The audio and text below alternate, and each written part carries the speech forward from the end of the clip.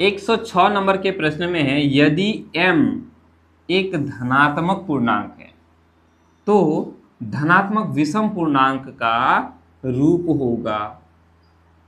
ये जो हमारे चार ऑप्शन है इसमें से हमें धनात्मक विषम पूर्णांक का रूप देखना है।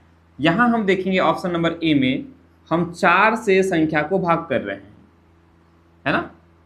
4 से हम संख्या को भाग कर रहे हैं, भागफल हमारा m बच रहा है और शेषफल हमारा 2 बच रहा है। 4 हमारा क्या है, सम संख्या है या विषम संख्या है? तो आपको पता होगा ये क्या है, सम संख्या है।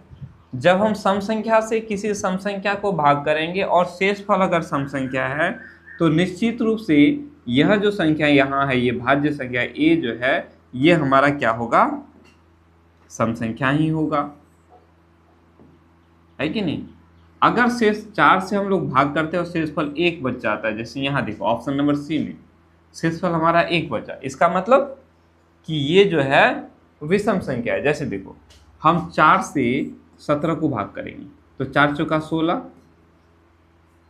शेषफल 1 बचा, तो 17 क्या है हमारा, विषम संख्या है। यही तो पता करना था।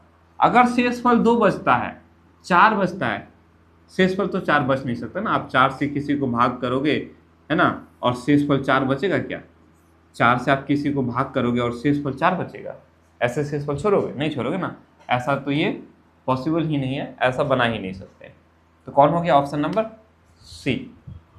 ऐसा ए नंबर यह हमारा सम संख्या है।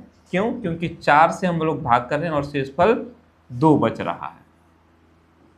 जैसे हम 18 को भाग देंगे तो 4 चौका 16, शेषफल 2 बच गया, तो ये 18 क्या है हमारा, सम संख्या है ना। तो ये ऑप्शन नंबर ए हमारा सम संख्या हो गया और ऑप्शन नंबर बी तो हो ही नहीं सकता, ऑप्शन नंबर सी ही सही है। 4m जोड़ 1, 4m जोड़ 1 यही हमारा विषम संख्या है। तो धनात्मक विषम पूर्णांक का रूप यही हुआ। क्लियर?